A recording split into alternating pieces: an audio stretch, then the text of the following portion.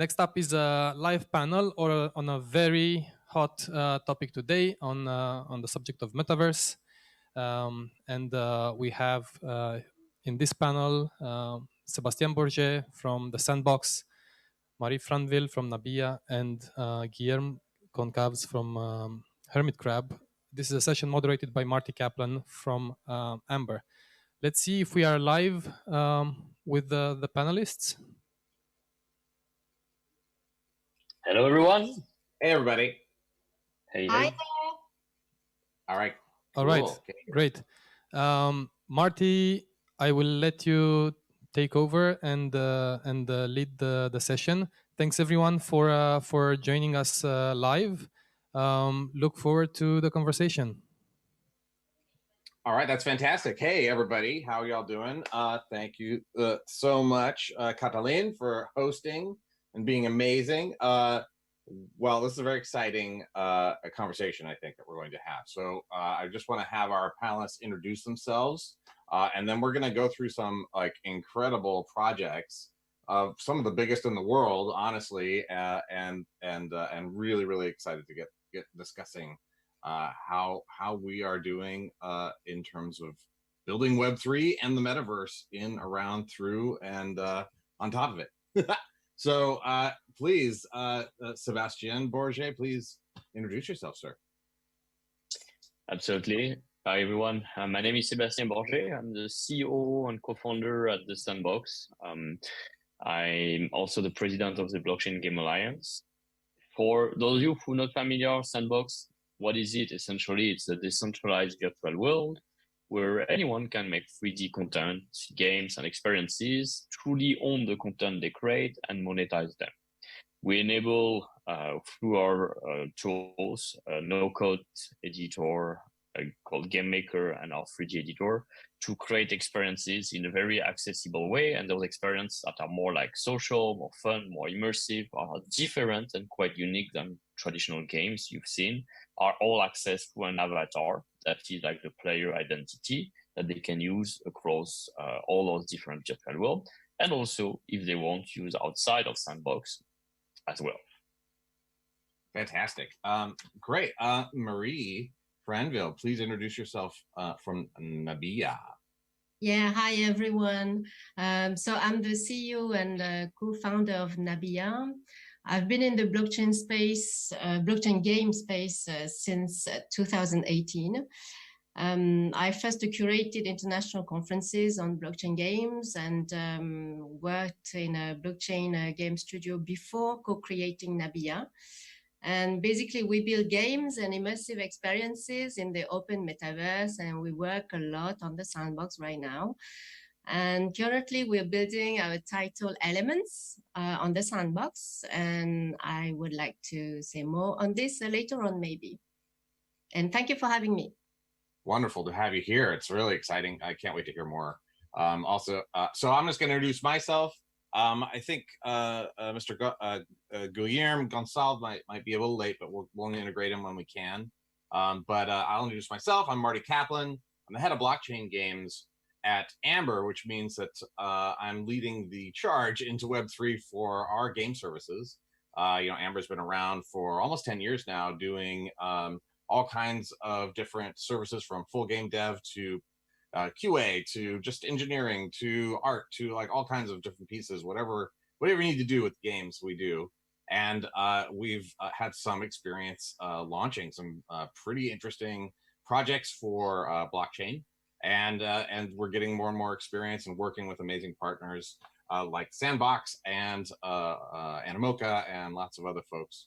So great. We will then hopefully all work together as we build this sort of really new and interesting and dynamic and crazy new world, that or set of worlds, multiple worlds, dimensions, and basically figure out how the metaverse sort of works underneath it and through it, and most importantly is super fun and drives value for players in ways that are new.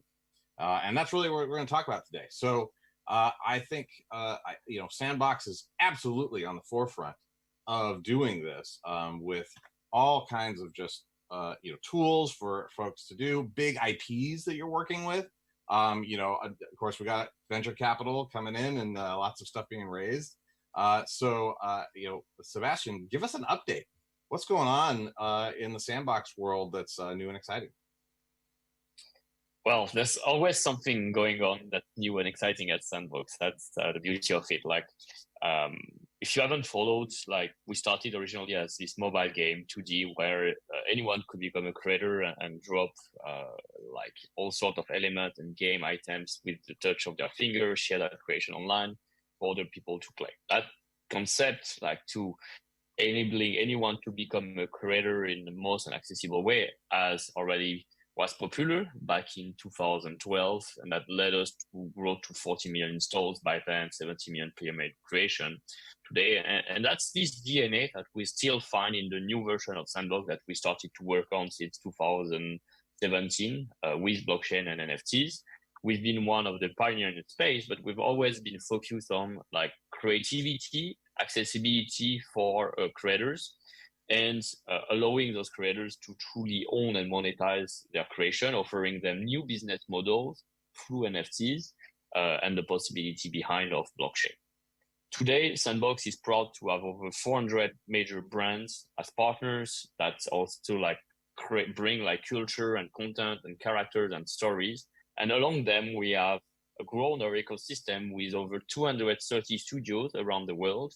So we have 7 studios in Korea, 4 studios in Hong Kong, 6 in France, 10 in the US, 2 or 3 in Brazil. Some of them are here present with us today and will be able to share their experience building on the platform, interacting with the community, and even monetizing their work.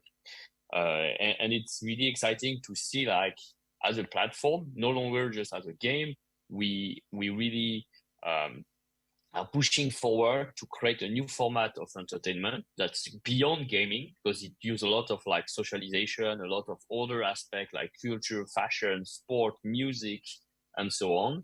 A lifestyle, essentially, entertainment, if I may say so, actually. And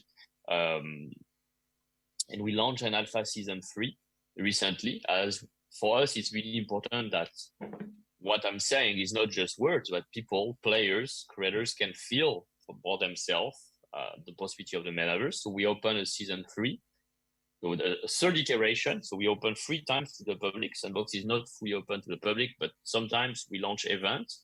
We launch a season on August 24th. It's ending next week. And we had tremendous success in terms of engagement. Keeping in mind that Sandbox is not only on PC and Mac, it's not yet on mobile. Keeping in mind that we're not open at all time.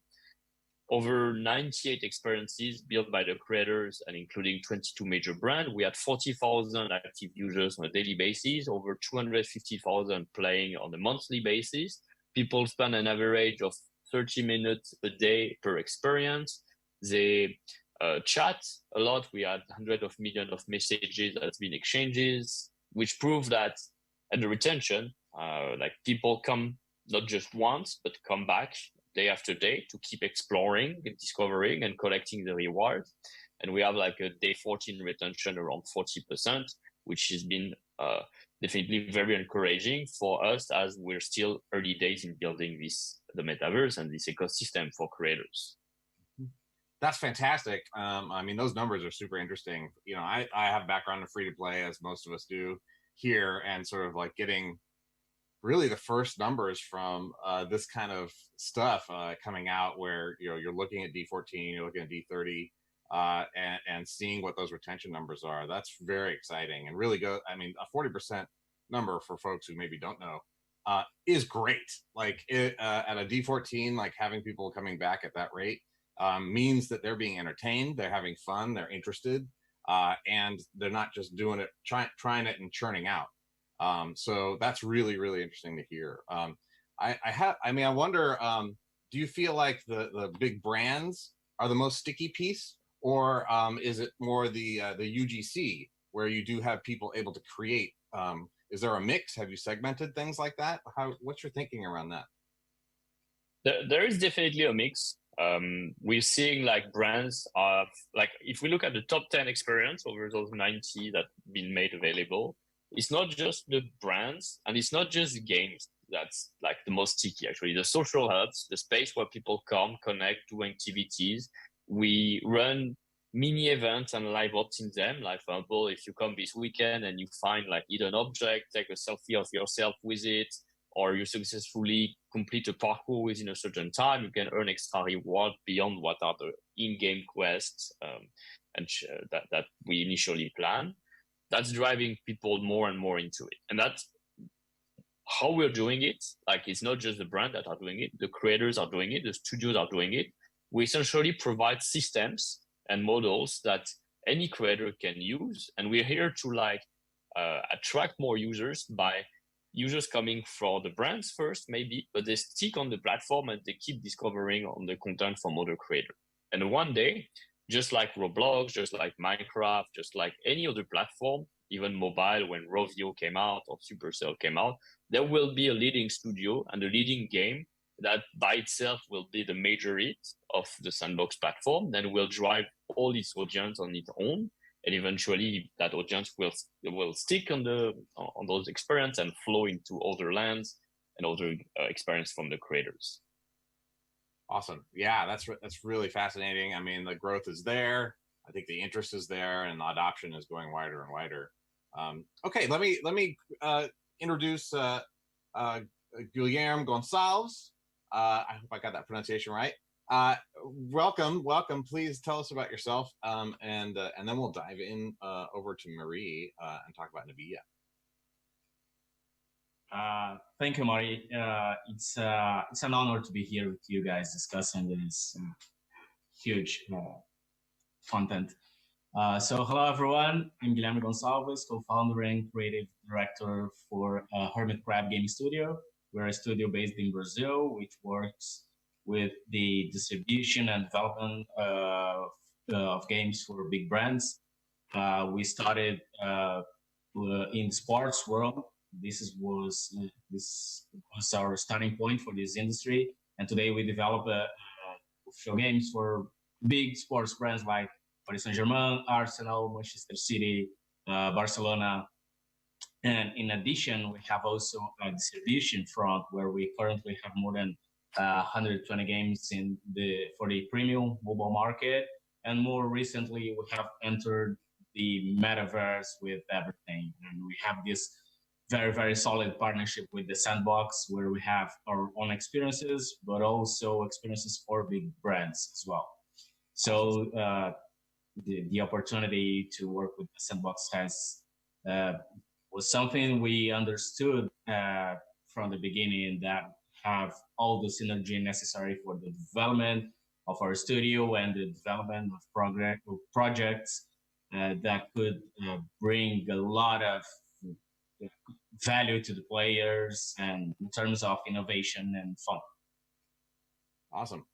Okay, that's great. So I mean, I really love like the ecosystems that are evolving here. We've got such a big opportunity. I mean, to me, compared to say premium games or even mobile games, like the Web3 game space is such a blue ocean.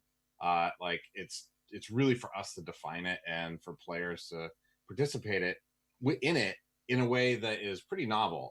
So over to you, Marie. Tell us about NABIYA. I mean, the lineup of projects that you've worked on, super impressive and amazing, as everyone's here are. But World of Women, you know, and obviously working in Sandbox. I mean, that's some of my favorite NFT projects. So please tell us more about what you do. Thank you so much. That's amazing to hear. Thank you so much. Yeah. Well, you know, we wanted to bring beauty and poetry into the metaverse. We aim for beauty. So our first title is Elements. Is developed on the Sandbox. It's an atmospheric game, and the lore is built around 5 factions, the 5 elements of wood, earth, fire, metal, and water. And the player is invited to explore and experience a journey filled with poetry, and while earning some sound, of course. So it should be launched in season 4, and so that's the main title. Is very precious because it's our making. But beside our own IP, we also work for other IPs, and we took on board a few selected clients projects. And there are many actually in need of builders. And some of them are pure Web3 projects, like the one you mentioned earlier, Wonder Woman. So we made the museum, which has a very large community. And you can actually visit the museum right now until the end of this month. It's very cool and chill. There's an NFT exhibition about inclusivity, and it's a very nice place to roam and explore. So another project we worked on and we're quite proud is the Avenged Sevenfold. I don't know if you have heard of this music band from the US. Oh yeah. Yeah, I know them. They've been around for a while. Yeah, and they wanted to make a game on the Sandbox for their fans. They wanted basically to have a place, a venue, a hub where they could organize events such as meet and greet with the lead singer and the musicians. Because it really brings value to the community, and it's a new way of bonding. So that's also available right now, and you're very welcome to join and play. We have a few more in the pipeline. We are currently working on CyberCons. It's a pure Web3 also a project. They dropped 10K PFP and creating the whole lore around it. Upcoming project is Dogami. You may have heard of it because Ubisoft invested in them as well. So they are working on their mobile game, and it's about to be launched. I think maybe the alpha, I'm not quite sure, but later this year. But they wanted to have a special place for the community on the Metaverse for marketing purposes. And also we have a special event venue called Maison NABIYA. So this is our product where IPs and brands can talk to us if they want to stage an event. And it's a perfect venue for it. It's great for cross-pollination. Like marketing people would say. Like today, you have players on the Sandbox who are pretty savvy on Web3 and very engaged. And actually, they may not be aware of your game, you know, because I guess that in the room, in the audience, there are many game developers, and they need an audience, yeah. So of course, they go towards the usual marketing. All the marketing they can get to build their community. But you know, cross-pollination is a good way as well, because you know, the Sandbox players may not be aware of the game, but they can just discover your game that you're developing right now on the Sandbox through an event that you organize, and just to test you know, how it goes. So it's basically pop-up event place for communities to connect. Okay, that's wonderful. Okay, great. Well, I mean, it sounds like you have a lot of irons in the fire. It's really excellent to hear that, and a lot of them are in Sandbox. So really exciting to hear all of this sort of you know, explosion of creativity and really interesting different projects. Seeing those native Web3 projects like CyberCons, World of Women, like who are really early in sort of the explosion of the NFT PFP world, starting to actually, you know, ship different experiences that are around their brands. Like, it's really fascinating to me to see this emergence of all of the kind of brands for the next 50 years that are going to be established. You know, things like you know, Borget Yacht Club and other ones that are just, you know, kind of making big names, big waves in the industry. Okay, so if I may add quickly, please, one comment. It's definitely interesting to see that, like, what started just on one side as like characters and profile picture, we call them PFP NFTs somehow, which are just like collectible images, are understanding the value that a metaverse platform can provide them for engaging their community, creating space for their members to socialize, and they rely on like studios like NABIYA, but not only, to give life to their craziest idea with leveraging their experience, leveraging possibilities that are not just trying to create traditional game, but experience that like kind of melt or bridge between architecture sometimes, but art as well, but also as like gamification mechanics in it. And the result is, I don't know if we have a chance to show some videos for the audience, but the result is pretty stunning, both aesthetically, of course, but also like in the fun and engagement that not only those community have, but also like new audiences who then get interested into those collection of NFTs and want to be part of their community and so on. That also show like how the metaverse is being built really at the core around like very community centric, user centric, and that's something, a model that's quite different from like publishing a game on a traditional platform as well, and I think can work more efficiently. Yeah, and I love that as an ethos. You know, from myself, I want to see people play and be creative. You know, that's why I'm here in the game industry. A lot of times with centralized game industry, as you might call it, you know, you kind of have your game servers, and if they go off, your stuff is gone.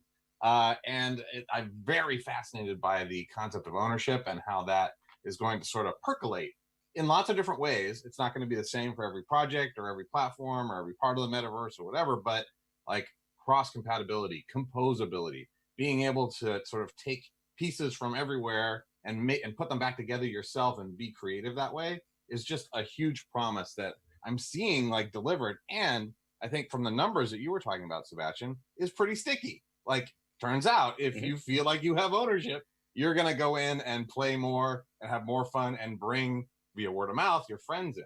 I think we could just open it up to some different questions now.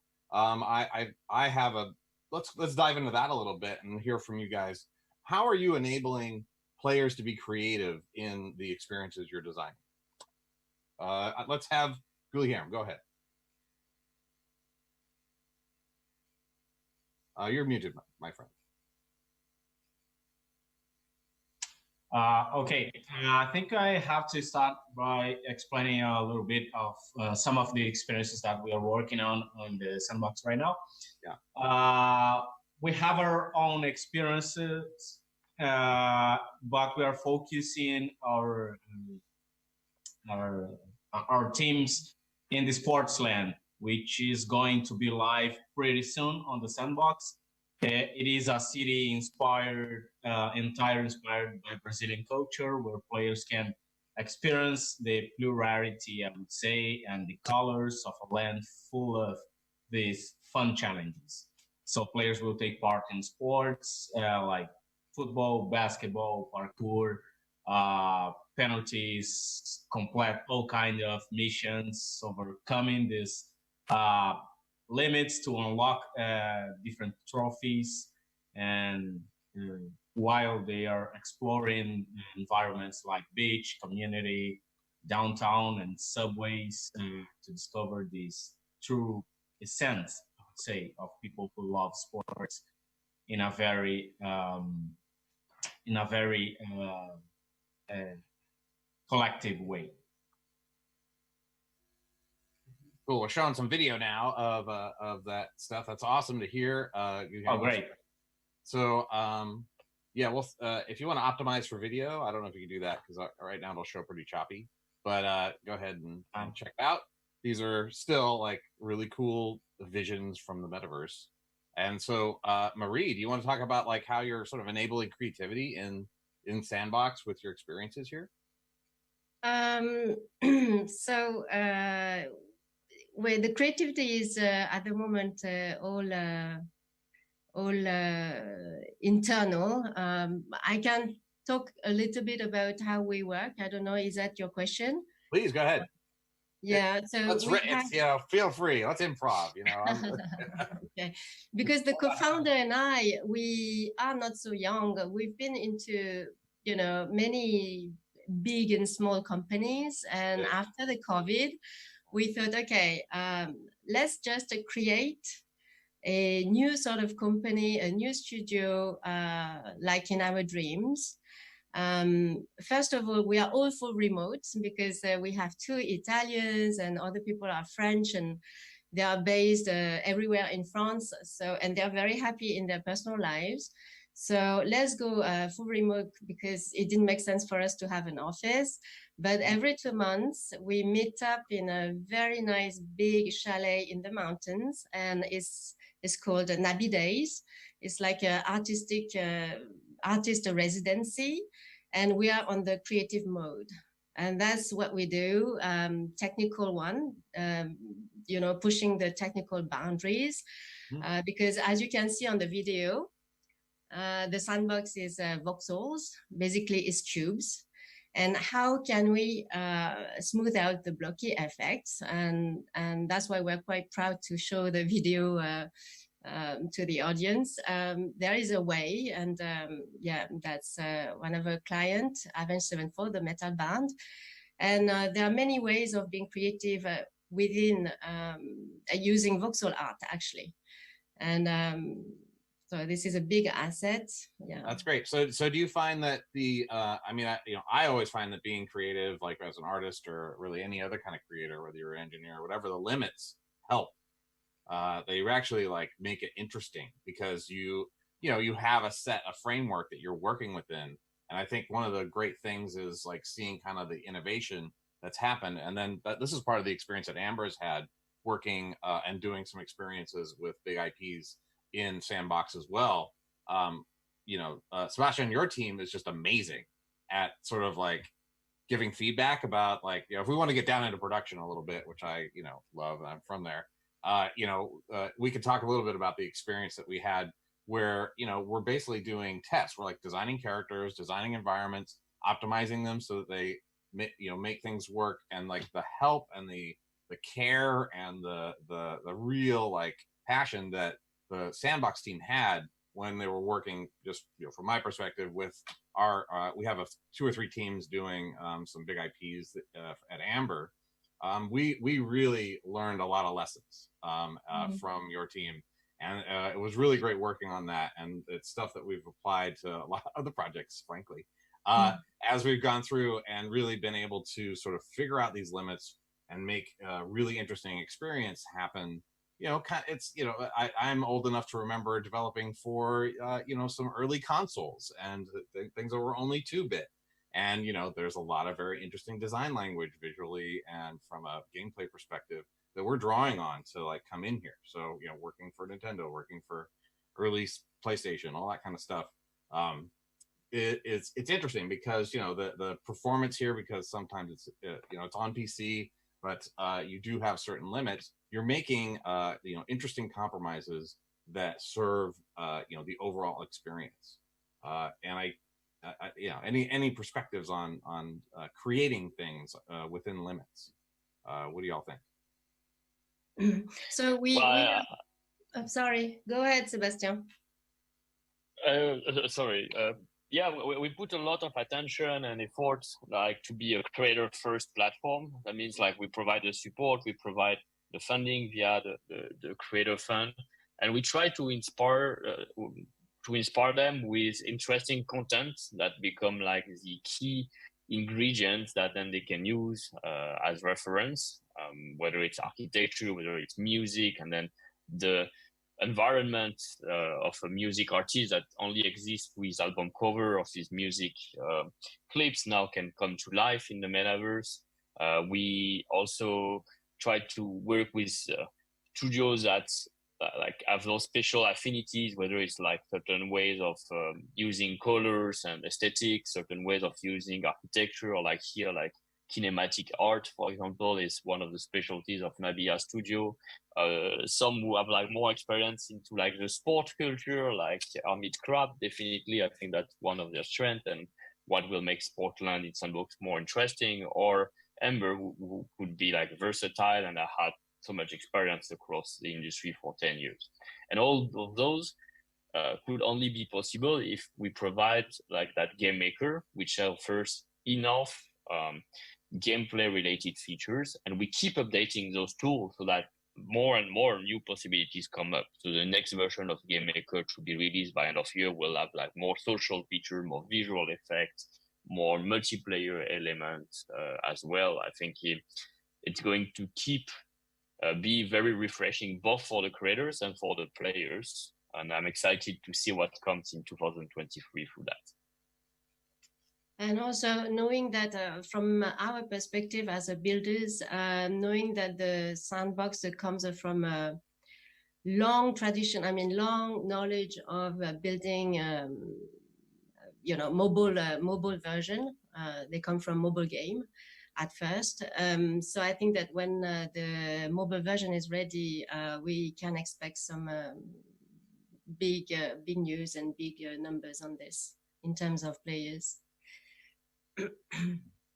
Very exciting. Yeah. So let's talk a little bit about the future. I think that the prospect is bright for mobile and Web3. Any insight and experience in terms of challenges ahead for getting these experiences into the hands of people literally on iPhone and Android?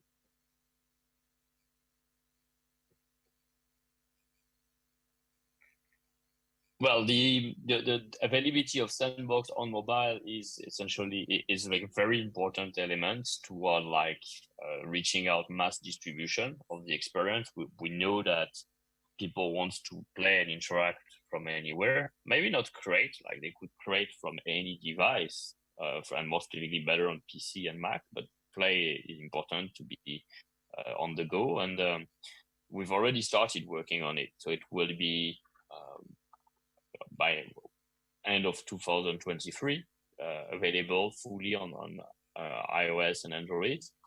And we hired one of the best team experts into mobile porting to help us on that task. So it will be very optimized for mobile, both on the performance, but of course on the graphics and HUD control and HUD more importantly.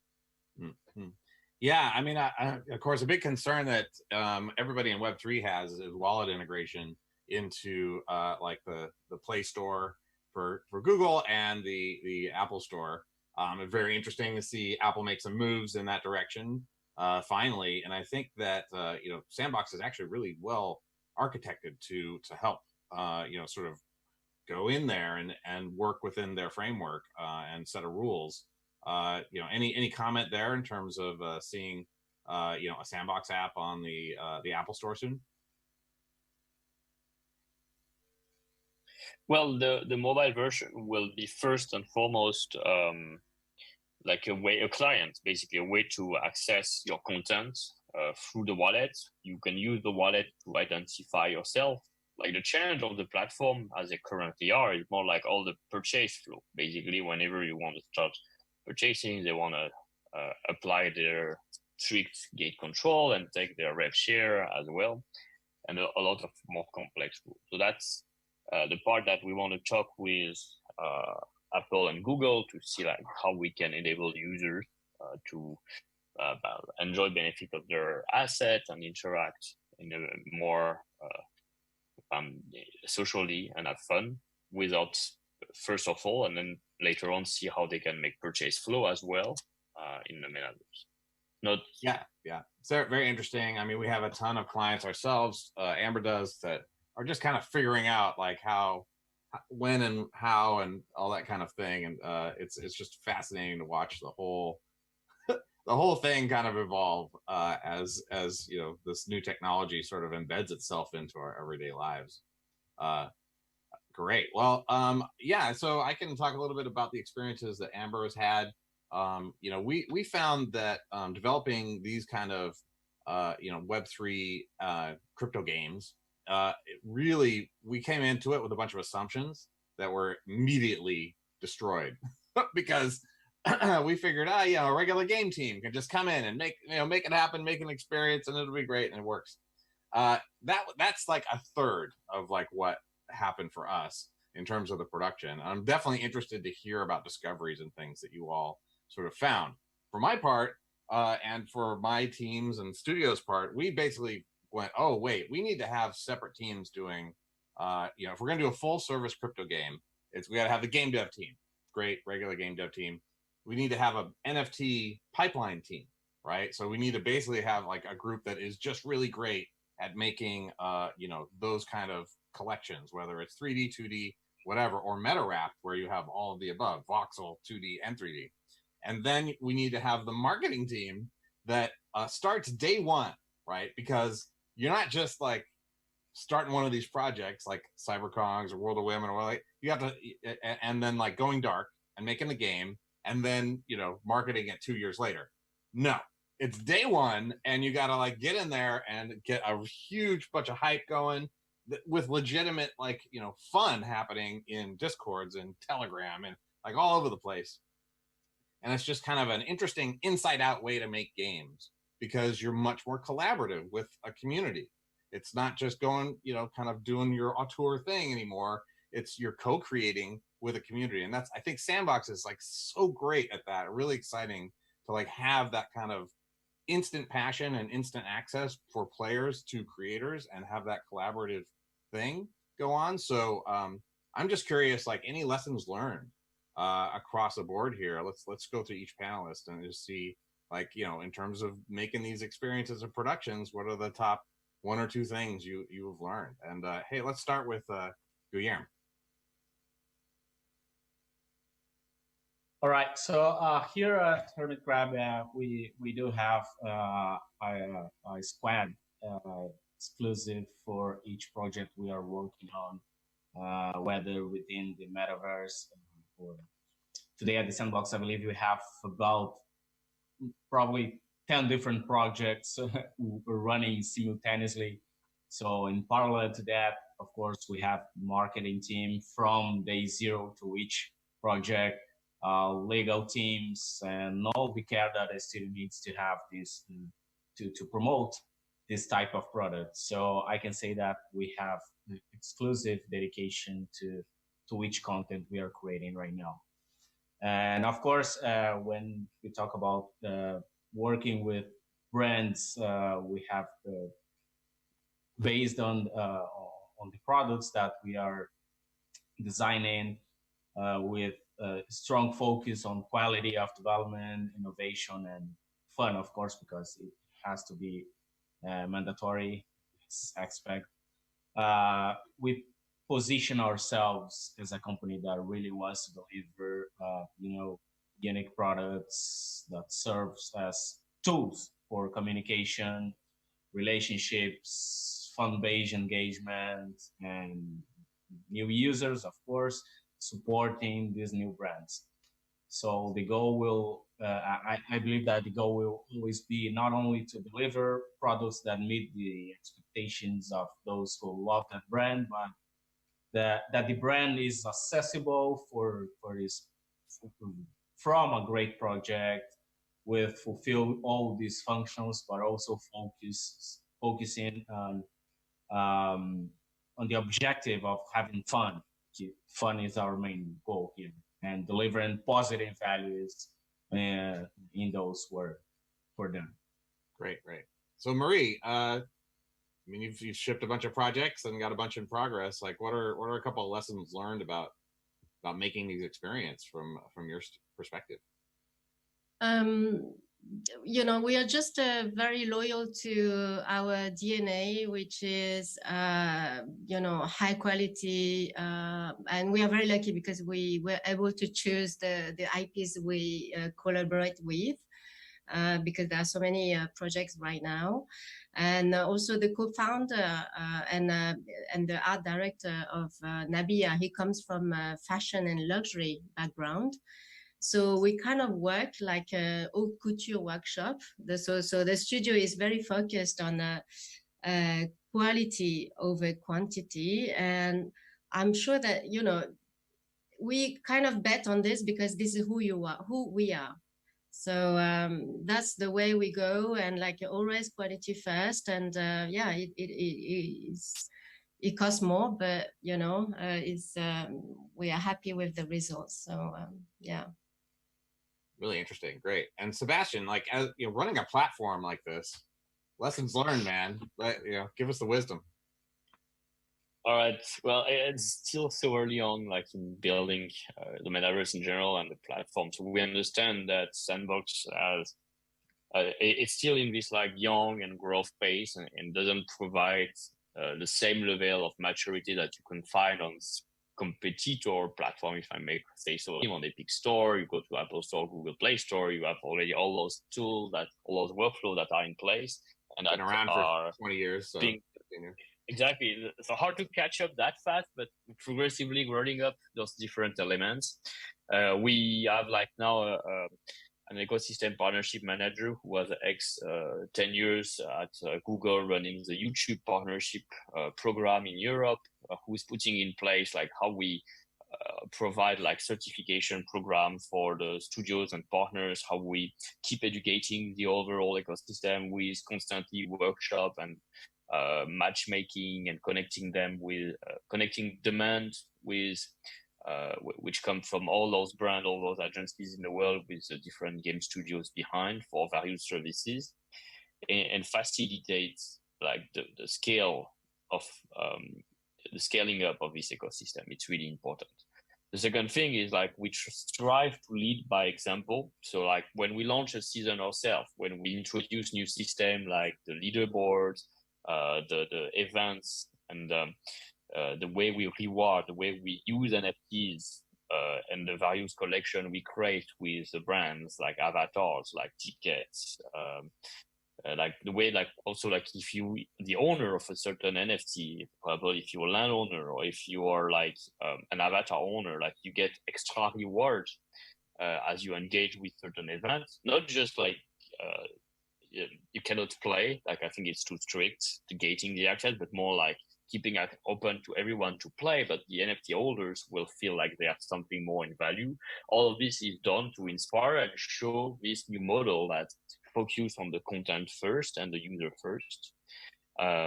We try to, we're very connected to the community. So receiving feedback, exchanging through our ambassador, through our community manager as well. I don't feel like you can have that level of contact with other platforms. At least I never had. So when I was myself running a game studio on the App Store, I had to chase for the contact for the editorial on the platform. Our business model was very dependent on whether we could get a featuring on an App Store or Google Play Store for updates. Those featuring were worth millions of dollars exposure.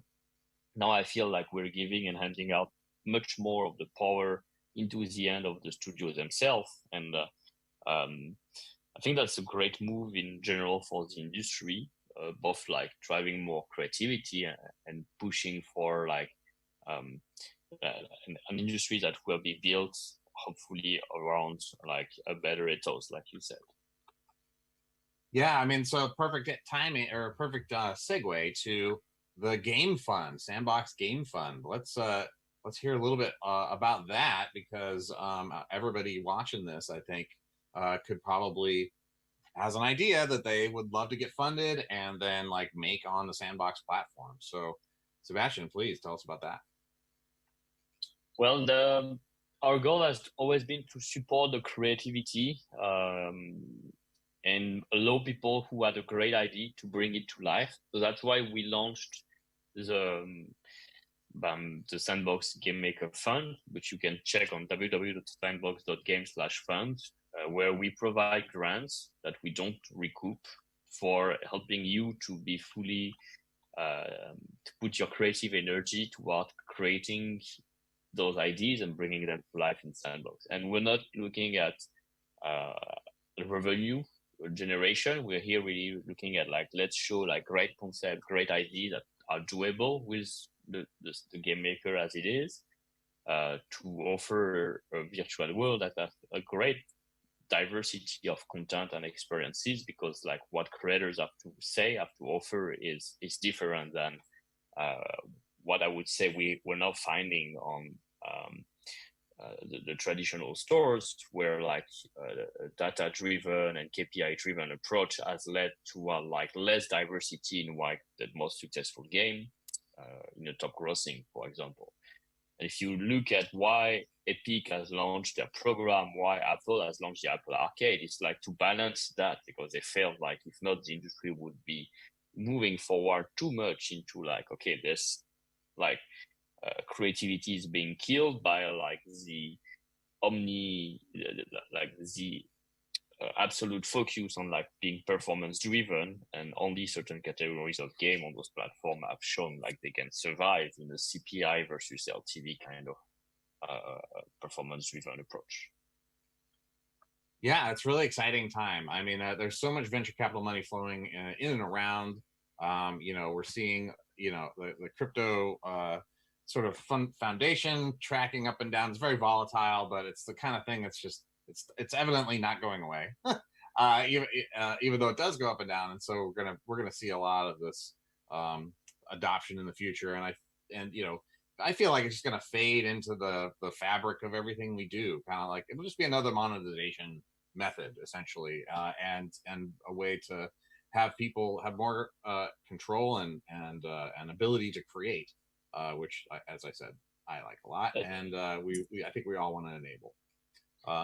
Okay, great. Any final? I'll just go around the table here and just get any final words or plugs or things that if people should go check out. Go ahead, Guilherme.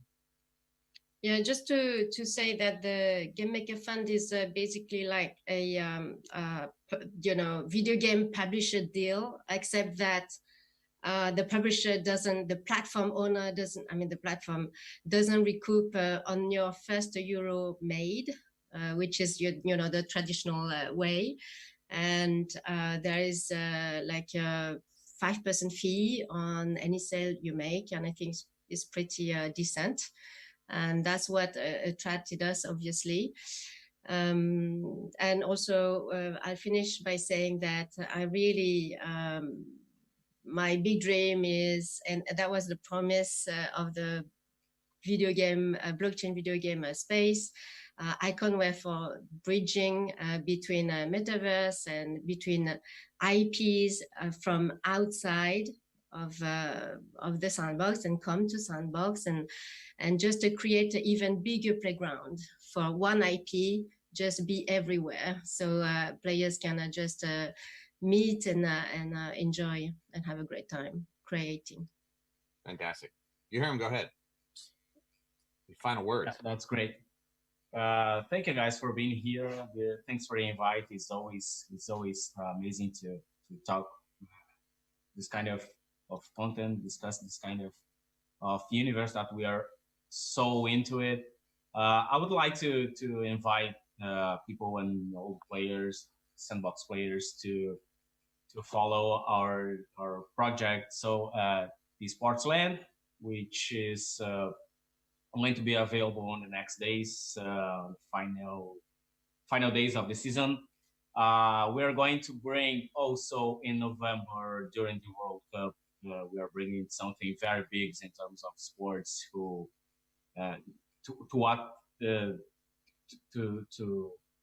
celebrate this biggest moment of sports world that is about to come, which is the World Cup. We're bringing also in these experiences an iconic brand, which is Maradona. In our experience on this, we can already talk about. Awesome. Sportsland will have a special release Sandbox in this period, and it's an exclusive experience for the World Cup. Fans will have the opportunity to show their passion of their countries and interact with other people from all. That sounds amazing. Oh man, World Cup coming right up. And Sports World, is that it? On Sandbox? Sportsland. Oh, fantastic. Exactly. And yeah, Sebastien, any final words? Closing remarks. So it's amazing to see like the builder studios and the growth of the ecosystem since close to a year now, and like seeing the experience coming becoming live and players entering them, enjoying them, posting and sharing moments where they have emotion into them. I think it's a great, fulfilling and a rewarding moment both for us as a platform, but for the studio as well. I wanted to highlight like our the Game Maker Fund is supported by the foundation of Sandbox, which is part of like the original allocation of Sandbox. It's not investors, external investors throwing money in. And that foundation is being refilled, as Marty was saying, like we take only 5% transaction fees when people make a purchase, and half of that goes back into the foundation. So you could say like we reinvest also 50% of anything that the platform earns into like the creators and supporting creativity, which in my opinion is also like very meaningful, and I haven't seen that on other platforms. Yeah, that's incredible. And thank you so much for like creating this platform. From an Amber perspective, obviously we're here making stuff for our amazing clients. Check out amberstudio.com to see kind of where we are, what our culture is like, and if you want to work with us, please reach out. I just want to thank you all so much. An incredible panel, such talent here. Wish you success in all of these different projects, and let's build the metaverse together. Love it. Back to Catalin in Romania. Thanks a lot, Marty and everyone. Thank you.